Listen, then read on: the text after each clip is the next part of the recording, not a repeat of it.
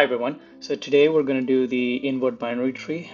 This is a very easy problem. I'm pretty sure everyone should be able to do this, but let's go over it. So given the root of a binary tree, invert the tree and return its root. So we're given this example where we are given this tree, and we're given the entire tree, and all we would have to do is just invert the tree.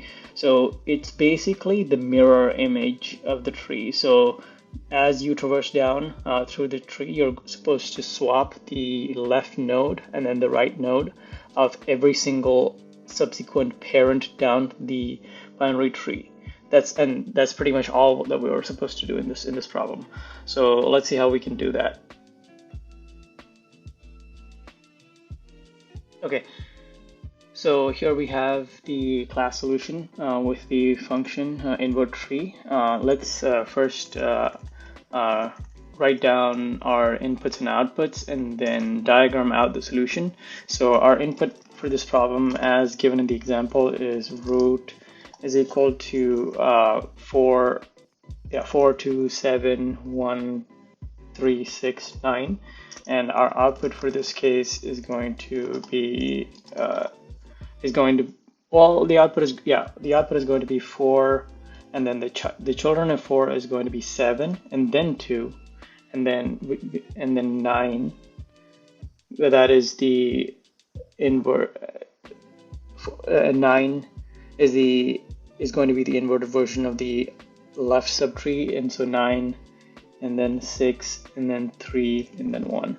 So let's first draw this out. So before drawing this out, we also have to understand what the constraints are for this problem. So the constraints for this problem, as given in the question, is going to be the number of nodes in the tree is in the range from 0 to 100, and the node value is between negative 100 and positive 100. So we see that it is the values can be negative. Either way, that doesn't matter because all we are doing is inverting the tree. So let's identify this. So what we would have to do is we are given the tree, which is 4271369. So that will be 4 2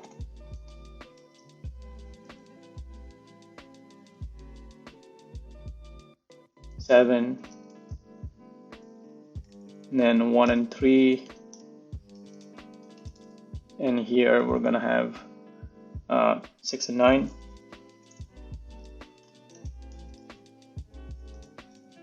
So this tree, all we are doing is inverting it. So which means we're going to swap the left node with the right node, and similarly we're going to swap the left node with the right node for every other subsequent tree.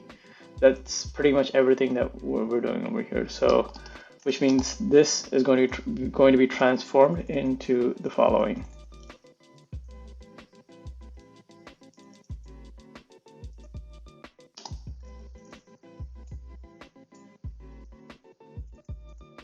It's going to be 7 here, it's going to be 2 here, and now over here we're going to have 3, and then 1, and then 9, and 6. Oh wait, did I do that incorrectly? Actually, wait, hang on. Oh, this is going to be 9, and yeah, this is going to be 9, and this is going to be 6, and this is going to be 3, and this is going to be 1. So this is the inverse of the tree. So how we're going to do this is we're going to recursively traverse down the tree,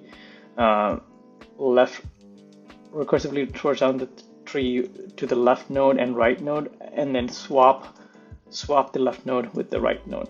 That's all the process is. So this is going to be a recursion where initially we'll have to have a base case. So what we're going to do is we're going to say if root is none. Let me bring this up. If root is none, then all we do is just return that call, and then we're going to say what we're going to do is we're going to say self.invert tree.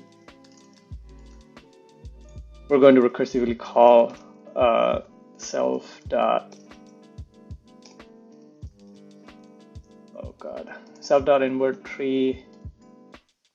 We're going to say root.left, and we're going to call root.write.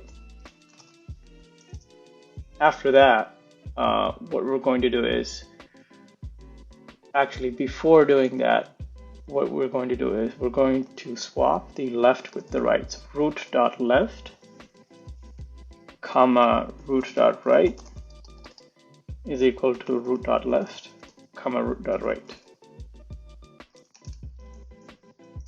So after this entire, so we're going to recursively call to the left, and then as the recursion comes in, it's going to swap the left node with the right node, and right node with the left node. Towards the end, we'll have an inverted tree, and all you'll have to do is just return the root. Let's see how this works, and yeah, so it works. Yeah, so the runtime for this problem is going to be 40 milliseconds, which is pretty fast, and I think, yeah, I think this explains today's problem, and thank you so much for watching.